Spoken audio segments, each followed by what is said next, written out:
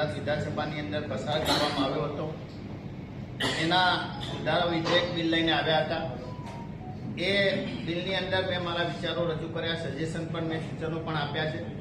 અને એની અંદર સૌથી મહત્વની બાબત એ કે આ હોસ્પિટલનું રજિસ્ટ્રેશનની સાથે સાથે જે સ્ટાફની ભરતી કરવાની હોય એ ટ્રેન્ડ ભણેલો ગણેલો સ્ટાફ હોવો જોઈએ.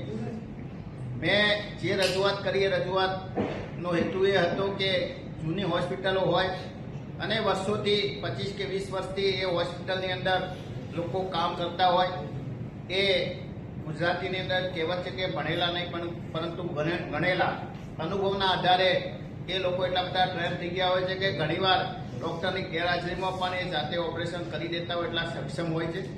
એટલે આ કાયદાની અમલની સાથે સાથે જો આવા લોકોને નોકરીમાંથી મુક્ત કે છૂટા કરી દેવામાં આવે તો એ લોકો બેકાર થઈ જશે, એમના પરિવારને પણ મોટું આર્થિક નુકસાન પડશે. એના માટે મેં રજૂઆત કરી છે કે જે આવા લોકો હોય એના માટે સરકારે કોઈ ટ્રેનિંગ કે કોઈ સર્ટિફિકેટ કોર્સ કે પ્રેક્ટિકલ પરીક્ષાના આધારે એમને એવું પ્રમાણપત્ર આપવું જોઈએ કે એ ત્યાં નોકરી એમની કાયમ રહે અને એમને રોજગારી મળી રહે. નોકરી કાયમ રહેવાની સામે દર્દીઓના આરોગ્ય સાથે જીવના જોખમ સાથે આવા ઓપરેશન થાય એને યોગ્ય માનો છો?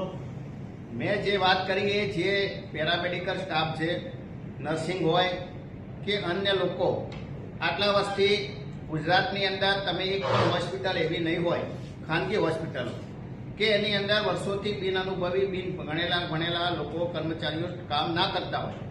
માત્ર 5 થી 10% એ કર્મચારીઓ એવા હશે કે જે ભણેલા ગણેલા હોય.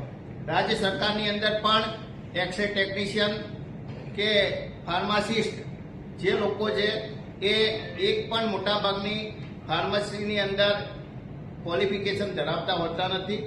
સરકાર એવું કહે છે કે આયુષના ડૉક્ટર હોય, BAMH હોય કે BMH હોય, એ એલોપેથીની પ્રેક્ટિસ ના કરી શકે તો સરકારની ઘણા બધા રાજ્ય સરકારના CSC અને PSC સેન્ટરોની અંદર આયુષ ડૉક્ટરો છે, એમને મેડિકલ ઓફિસરનો હોદ્દો આપવામાં આવે છે. એ પણ અત્યારે લોકોને ઇન્જેક્શન આપે છે, દવાઓ આપે છે. એટલે જ્યાં જરૂરિયાત હોય, વર્ષોથી અનુભવી લોકો હોય, એ લોકોને જો કાઢી મૂકવામાં આવશે તો મને લાગે છે કે એ લોકો એ બેકાર બની જશે. એટલે એમના માટે કોઈ એવી સિસ્ટમ બનાવવામાં આવે કે સિસ્ટમની અંદરથી પસાર થાય તો જ એમને નોકરીમાં રાખવામાં આવે અને એમને રોજગારી મળી રહે.